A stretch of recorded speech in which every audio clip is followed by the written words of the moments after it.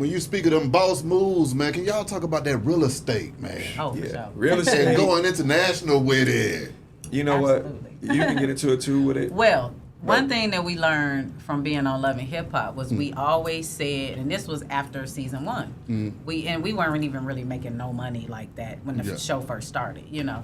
But we said after the first season, we said, okay, we're going to make sure that we buy something or we're securing something. Yeah. Because as you have to put your life out here for niggas to look at and all that type of stuff, eventually, you know, stuff be over. It ain't gonna be on forever. Exactly. You know what I'm saying? Yeah. We want to be able to leave out of the situation knowing that we have elevated, knowing that we have done shit to set ourselves up. We don't need no bills if we can prevent that. That's Back when we was talking about it. So we started buying. I think season 2 or 3, 2 or 2. 2. We bought like a 5-acre lot, right?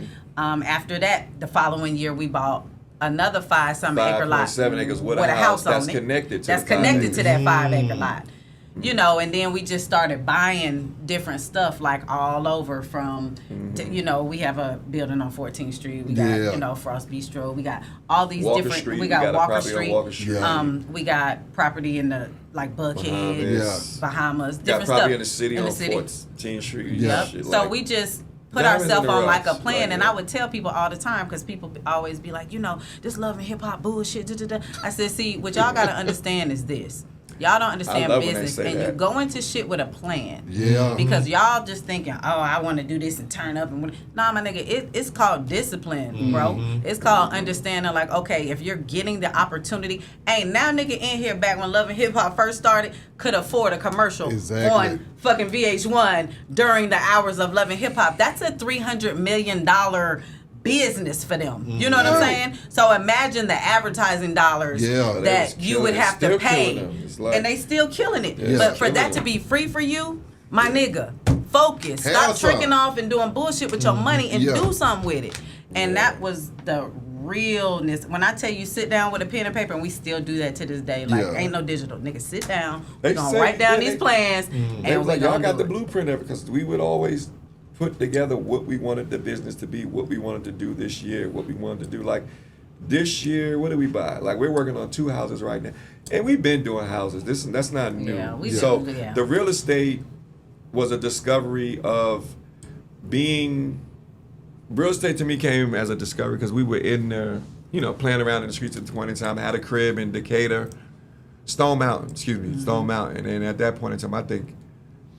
I don't know if anybody knew. Damn, you ain't even in the camp. You know JoJo though, right? Yeah. So me and JoJo stayed. Our houses. He was in Hidden Hills, and I was in Biffle Down. We like houses was backed up together. Yeah.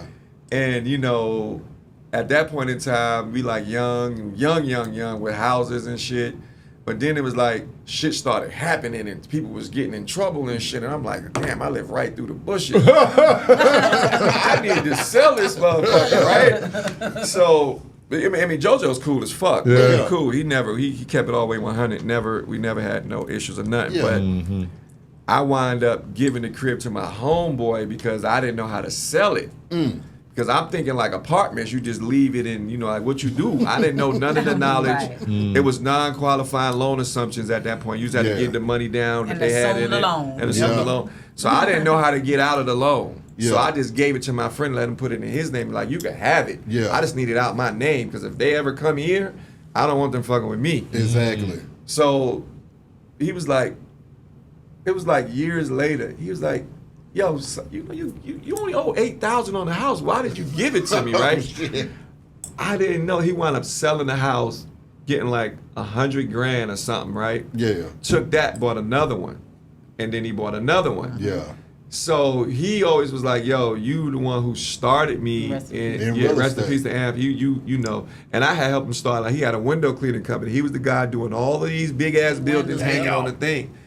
But what was a early advancement for me at that time is anytime I had got in any kind of trouble, ruts or anything, like, damn, my money ain't free, he would always do whatever I needed because I funded his whole company. He was such a great guy to give back. Yeah. And he was like, yo, I sold that house for this. Look what I did with it. That's how I bought this and this and this. So when I was getting ready to get rid of another house, he was like, let me show you how to do it. So when we listed, get the real estate agent, we put the house up, it sold immediately, 2 weeks. So now we go to close and it was in her name. Yeah. So she get the check for like 80-something, 90,000. So now we start to realize, wait, don't just leave it like an apartment. Exactly. And I'm like, we standing here damn near for free because we stay here 2 years and we got all that back plus some extra. Exactly. And that's how I started learning the real estate. And that was the goal. Like, man, I got houses we stayed in damn near a year and a half and made $700,000. So it's like once you kind of get to the money, it's easy to get. To make the money. When you ain't getting it, that Exactly. shit seems like it will never happen. It's Right. like Yeah. that is a very true thing when they say money make money. Exactly. It's so true. It's Yep. it's No, crazy. that's the real. They don't want to give you shit. They don't want to lend you nothing. Right. Like when I wanted to buy the Frost Bistro, Yeah. the way the lender was on that deal, I got to stay with the mortgage company for 10 years. The rate is going to be fixed for about 7 to 8 years. And whatever it was, it took 10 years before I can sell it. Man, I looked at that. I was like, I tell you what, me, you, and the company can just buy this Buy this shit. motherfucker. We can all Exactly. chip in, and we'll put back money as we get it. And that's how we started buying our commercial real estate. Yeah. And that was really all she wrote, man. I never, like they'll give you anything now. But even our companies, like we got online stores and stuff like that. But if you got a POS system, there's always a merchant. If you look in your shit, they'll say, hey, we'll give you non-doc. You can get 700, 800,000 right out your phone in minutes because of your sales that you've been doing for so many years. So it's so many ways. PayPal would give us 300,000-400,000. Shit, we might take 100 from Yeah. PayPal and Yeah. a couple hundred from ourselves and be like, okay, let's go buy this. Go buy this. Yeah. And you're only paying them back. They ask you, do you want to pay back 5%, 10%, 25%? We would pay back 25%.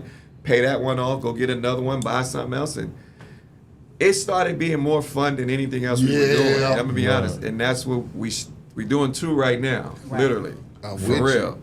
So it's like that is the best thing we've ever done. The real estate has made us the most money. Yeah. Music has gave us the most residual money Income. Yeah. forever. We got that That's- residual. We call music our 401k. Yeah. Well, Yeah. that's It's our always pension. coming in now. That's Yeah. our retirement. Yeah. We had that for forever. Ever. Yeah. And then all the other things that we do, a lot.